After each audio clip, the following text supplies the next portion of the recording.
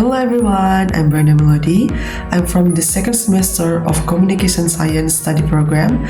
My student ID number is 2410-554-0003. So now I will present to you the result of my work, namely a journal review. So let's check it out. Okay, so the title of the journal is Toxic Relationship in Interpersonal Communication Among Teenagers. Okay, Chapter 1, Background. Main phenomenon: the increasing prevalence of unhealthy toxic relationship among adolescents. Context of the issue occurs in various forms of interpersonal relationships within families, friendships, and romantic relationships. Urgency of the research: adolescents are in vulnerable stage of development and are highly influenced by social interactions. The last, problems faced by adolescents. They are prone to experiencing bullying, control, and abuse from those closest to them. Okay, next, still in Chapter 1, Negative Impacts. Potential psychological trauma and mental health disorders among adolescents. Role of healthy interpersonal communication: promotes positive socialization and offers protection from bullying. Consequences of unhealthy relationships: leads to inner conflict and hinders productivity and personal growth. Research necessity: to identify and analyze the types of toxic relationships and their impact on adolescents' mental and social development. Next, Chapter 1, Research questions. First, what are the impacts of toxic relationships in interpersonal communication on adolescents' mental health and personal development? Second, what factors contribute to emergence of unhealthy relationships between adolescents and their close ones, such as family, friends, and romantic partners? Next, Chapter 1, Research objectives. First, to understand the impact of toxic relationships in interpersonal communication on adolescents' mental health and personal development. Second, to explain the factors that lead to the emergence of unhealthy relationships between adolescents and their close ones, such as family, friends, and romantic partners. Okay, next, Chapter 2, Research Object and Subjects. Research Object: unhealthy relationships, toxic relationships in adolescents' interpersonal communication. Research subjects: for adolescents who have experienced toxic relationships in different contexts. Purpose of subject selection: to represent the variety of toxic relationships forms commonly experienced by adolescents. Okay, still in the same chapter, Research Object and Subjects. Subjects: conditions: an adolescent with a father who frequently cheats and a mother who often compares them to others. An adolescent who experiences social abuse within the family environment. An adolescent who is a victim of bullying by peers. An adolescent who suffers from verbal and physical abuse by a romantic partner. Next, research method. The research method used is qualitative approach with interpretive and subjective methods. Sampling method: purposive selection of informants based on their experience with toxic relationships. Informant categories: parents, family members, friends, romantic parents.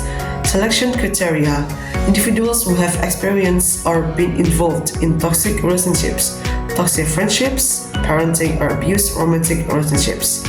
Purpose: to gain in-depth perspectives on the impact of unhealthy relationships. Okay, next, data collection techniques. There are two data sources, first primary and the second secondary. First primary, they are focus group discussions or FGDS, in-depth interviews and observations. Meanwhile, secondary, they are literature review, journals, books, and relevant documents. Okay, next, data analysis technique. The data analysis technique used is the Miles and Huberman interactive model, which includes data reduction, data display, and conclusion drawing or verification. Okay, next, data validity tests. First, use of multiple data collection techniques. This study employed triangulation through FGTS, observations, and in-depth interviews. Second, primary and secondary data. Data were collected from direct informants primary and literature studies secondary. Third, data analysis techniques. The analysis applied Miles and Huberman's interactive model. Data reduction, data display, and conclusion drawing. Fourth, informant statements. The data were reinforced with direct quotes from informants that reflect their personal experiences.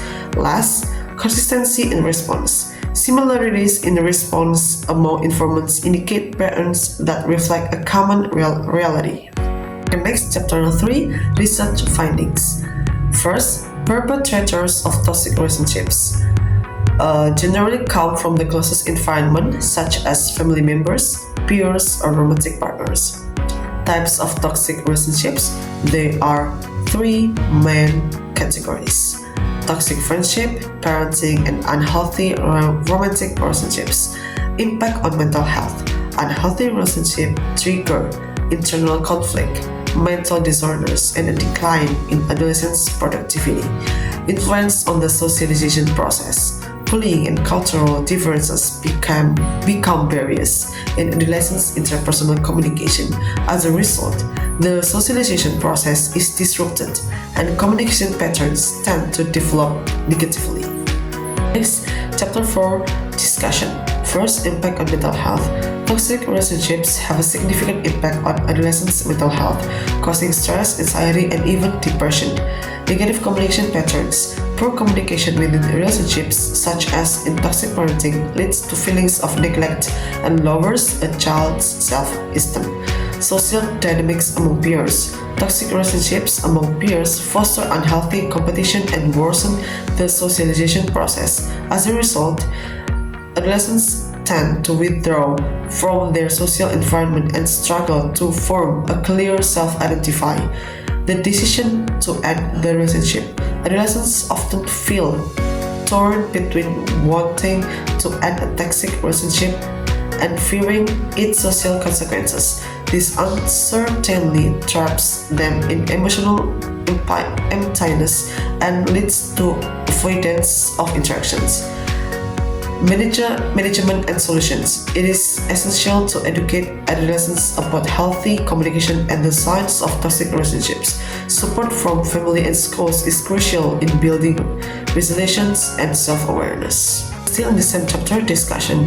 Based on the conducted research, several key aspects can be identified as the main contributing factors. First, toxic parenting, unhealthy relationship with parents. Parents who neglect their children, compare them to others, and lack positive communication can make adolescents feel unappreciated. Violence in romantic relationships. Romantic relationships involving verbal or physical abuse make adolescents feel trapped and powerless. Bullying by peers, toxic friendship. Bullying from peers creates emotional pressure and damages adolescents' self-confidence. Next, cultural and environmental differences. Value differences between adolescents and their social or family environments often trigger conflict.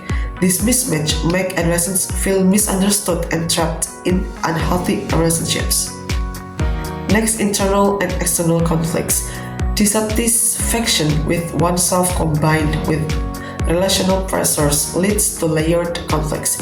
This creates a vulnerable environment prone to toxic influence from others. Limited communication skills. A lack of communication skill makes it difficult for adolescents to express their feelings in a healthy way.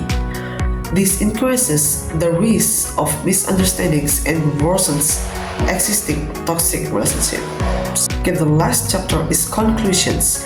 Toxic relationships among adolescents, whether with parents, romantic partners, or friends, have serious impacts on mental health and productivity.